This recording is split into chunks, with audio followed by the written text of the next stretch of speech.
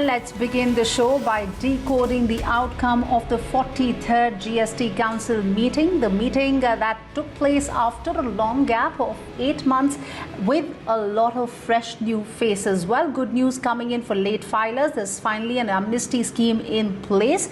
Besides that, there was some sort of a relief that was expected on COVID-19 vaccines and drugs. Remember, ET now had reported that the Fitment Committee was not in favor of providing any relief, saying that since the vaccines are procured by the centre and states, the GST accrued will be given by the centre and states themselves, and which is why this issue has now been put in the court of the group of ministers who will be filing their report within a week's time.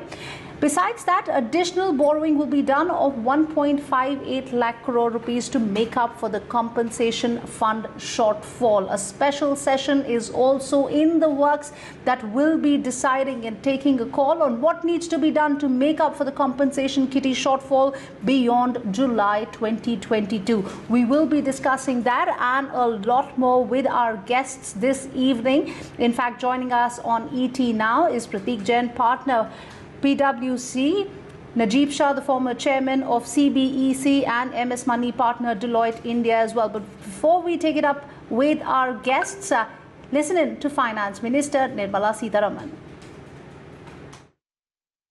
To have a group of ministers quickly formed who will submit their report within 10 days, which is 8th of June, on or before 8th June, so that if there are any further reductions which need to be done, will be done. In the sense, the rates will be decided by them. So, in a way, the exemptions that we had been given, but any new rates will now be decided by them. So, in order to provide relief to the small taxpayers, an amnesty scheme has been recommended for reducing the late payable in these cases. A rough estimate will have to borrow about 1.58 lakh crores and pass it on to the states on a back-to-back arrangement like we did last year.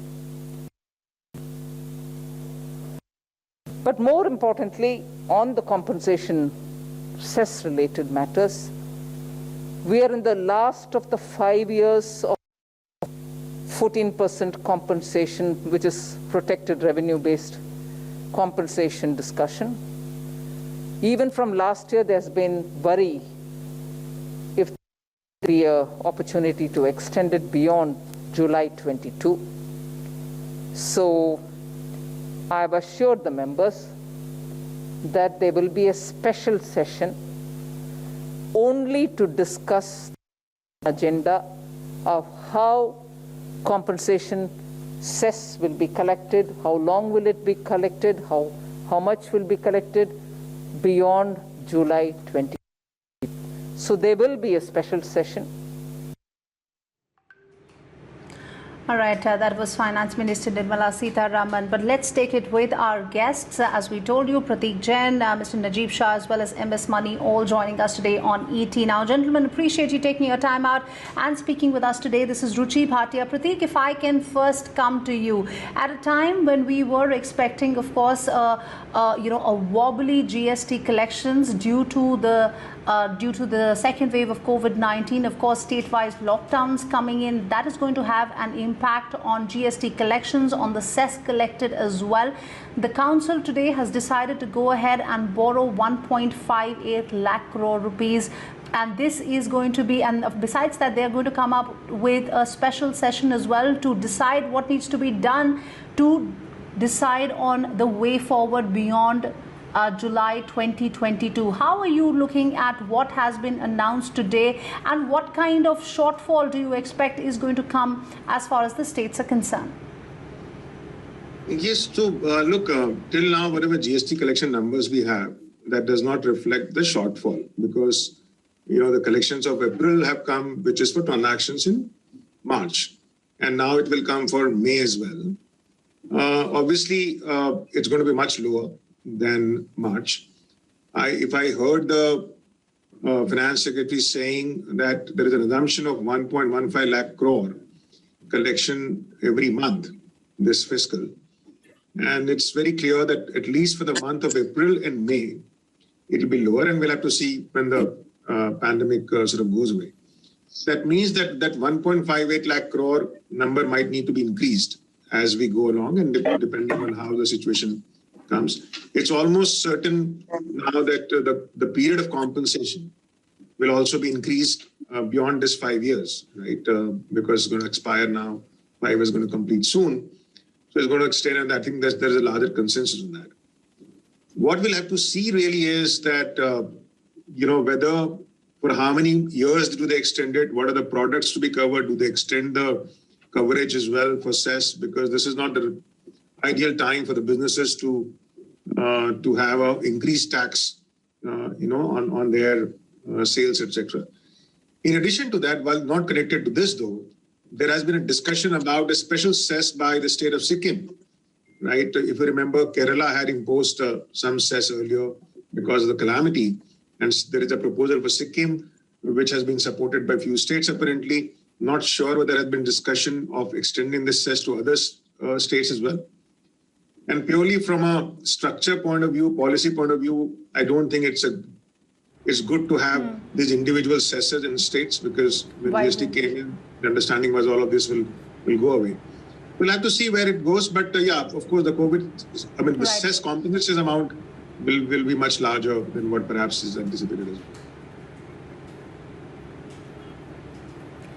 Absolutely. And before I take it, and we talk about the COVID-19 related vaccines and any kind of a relief coming in on that, I want to pick on the point that you just spoke about on the cess.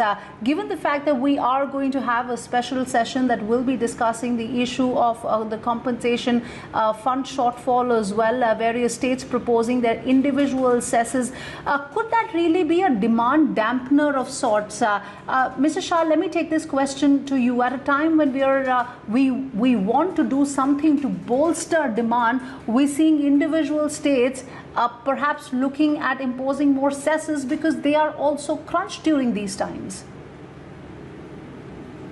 I hope not, quite frankly, because like Pratik did point out, it's not a good idea. The Kerala example was one thought an exception and not to become a precedent. And if other states are trying to use a special cess window to boost up revenues, which certainly will impact the structure of GST as it is.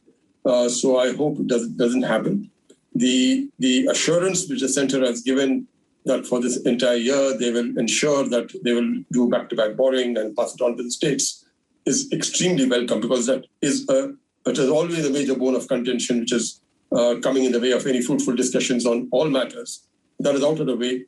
The special session also is a welcome move, because the continuity of this cess beyond 5 years is something which they need to deliberate and decide upon. And if that does happen, which seems likely, then this demand of states wanting to have special windows should really not be. In fact, they should strongly discourage it because it is not good for the GST structure.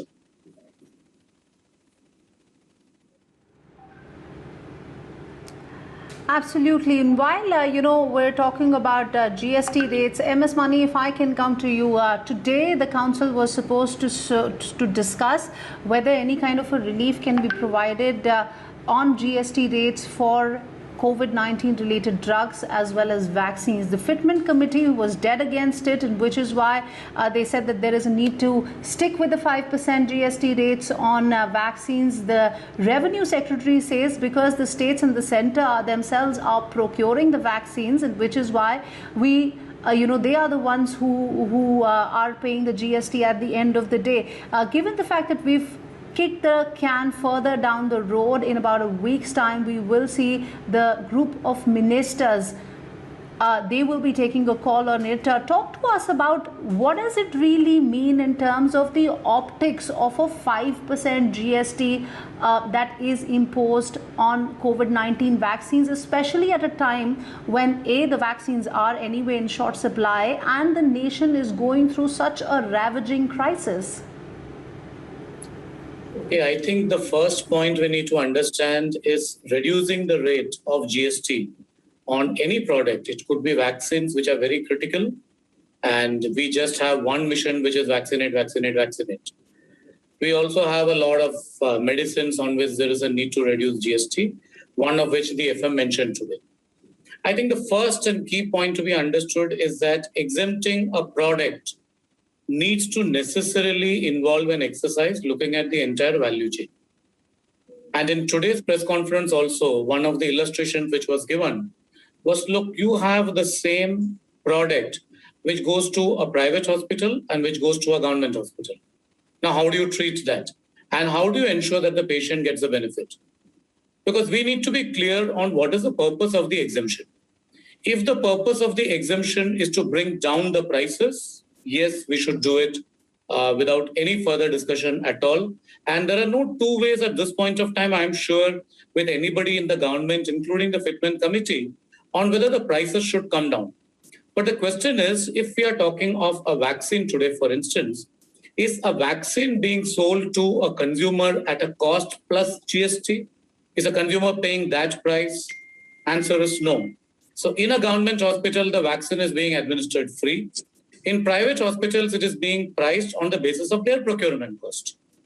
And consequently, I would say that it is a very wise decision to have a GOM go into the issue on how do they take care of this exemption. Do they bring it down to a 5% for all? Because no one wants to lose input tax credit. No manufacturer wants to do it. But do they bring it to a 5%? Do they bring it to a special artificial rate? So quite a few people have been talking of the need for a 0.1%. Now, is there a need to carve out a rate of a 0.1 at this point? Because bear in mind, as Mr. Najib Shah mentioned some time back, the fact that one state imposed a cess means now there is a precedent. Similarly, the moment instead of being able to zero rate a product, if we say that whenever we are not able to zero rate a particular product, we'll go for a 0.1%, this might set the trend for the future. Now, what we are facing today is the worst pandemic of a century, and it's the once in a century event. So if to deal with a once in a century event, if we are going to take 10 days more, as the finance minister said, if it's going to take till 8th of June, I guess it only indicates the complexities involved in that exercise so that all stakeholders' interests are protected. So, too many complexities in the matter, but the Punjab Finance Minister, Mr. Manpreet Badal, has just tweeted and said that the COVID-19 relief has been put on hold for the lack of compassion by the union government. Najib Shah, let me take it across to you. You've been in that position where the push and pulls by the center and the states has happened. You've seen it in front of your own eyes as well. So is it really the lack of compassion or the fact that there are too many factors for us to assess at this point of time, and which is why the COVID-19 relief on the relief on COVID-19 vaccines has been deferred for the time being? And 10 days, is it not that long a time for us to kind of figure out what needs to be done with this matter? No, there are lots of complexities. I mean, there's no denying that fact. It is just that this meeting having been held after such a long time, there's a lot of anticipation that the meeting will come out with decisions which would lead to reduction in the rates. That was the belief with which everything was happening. And typically, there's a lot of backroom work which goes on before any such meeting. And I'm sure the officers of all the states involved would have discussed this at great length and briefed their ministers too of the complexities. So on the one hand, while we can argue that 10 days is nothing, and the GOM's recommendations thereafter would, I do not know whether it mean one more council meeting to ratify it, or could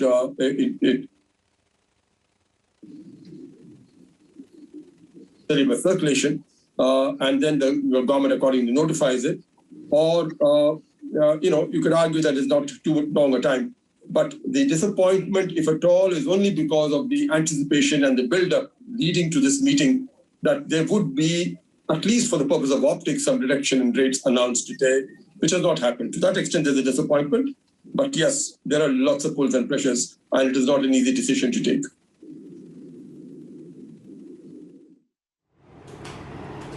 Pratik Jain, let me come to you. Are we going all wrong on the optics? We could have, if the meeting is taking place after a long gap of 8 months, the least that we could have done, at least have back-channel talks with all the states and be on board with respect to providing some relief on COVID-19 drugs and vaccines. But looks like the Fitment Committee was dead against it. They have said that this, if we go ahead and have a zero tax as has been proposed by the states of West Bengal and Punjab, then this is going to have an impact for domestic manufacturers as well. So is a zero tax or perhaps a nominal tax of 0.1% really feasible?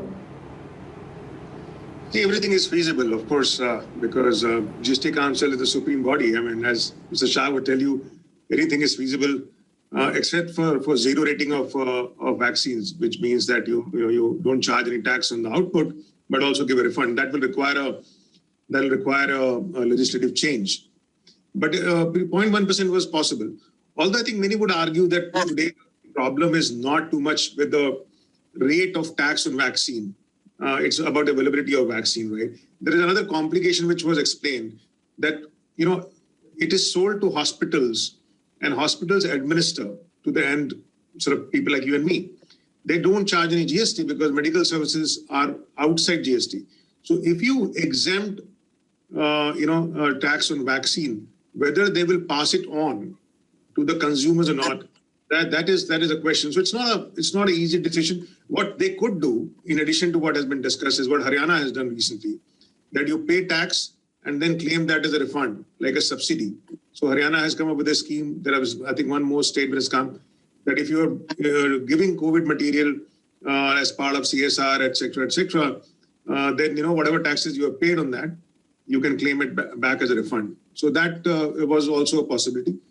Perhaps some bit of an effort could have been made before the meeting to get consensus. But of course, it's such a complex issue.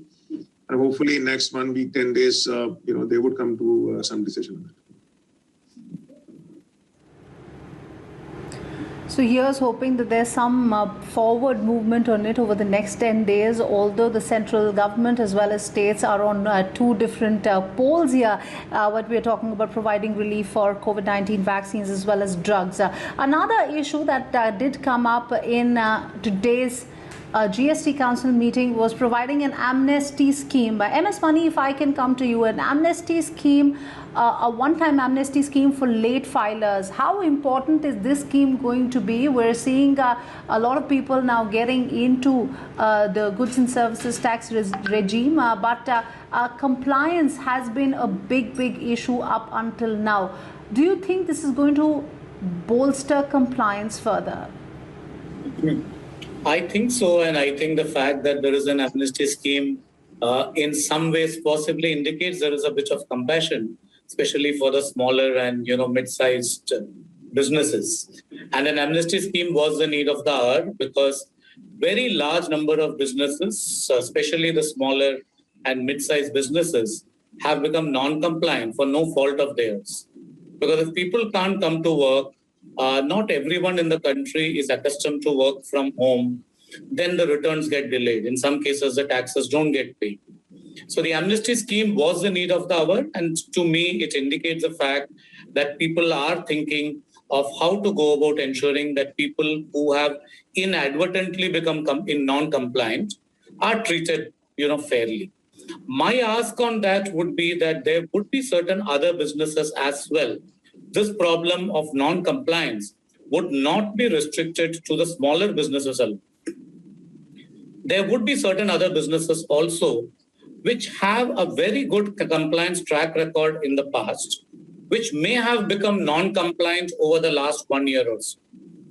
And what would be very good and very welcome by all businesses would be if the previous track record of the taxpayer indicates that they have otherwise been compliant, then possibly this can be extended to businesses which are a little bigger as well. That is something which would really give a boost of confidence to larger businesses.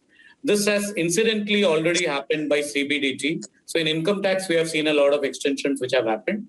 If there are similar amnesty schemes provided to larger businesses with a suitable track record, that will be a vote of confidence for large businesses. All right. Just Mani, just hold that thought. Let me take it across to Mr. Najib Shah as well. Mr. Shah, how feasible is it to have some sort of an amnesty or provide some sort of a relief for better compliance for big businesses as well? A lot has been done in this meeting for small tax filers who could have been affected due to the second wave of COVID-19. Some of the late filers who've not filed their returns since 2017, that's when the GST was implemented. But what about big businesses? Well, today's decision would benefit, I would assume, more than 85% of the tax base as such. So we're now looking at a much smaller tax base, really, to whom this benefit, if at all, could have been extended. The point made by Mr. Mani is valid. There would be some implementation challenges, but I don't think it is insurmountable. Again, going as a gesture of recognizing compliant taxpayers, it could have been welcome. And I think it is very, very doable. That they have not chosen to do would again mean that perhaps the large taxpayers have indeed been compliant. I mean, I would assume that they had lesser problems in meeting the tax payment and filing returns deadlines than the smaller taxpayers.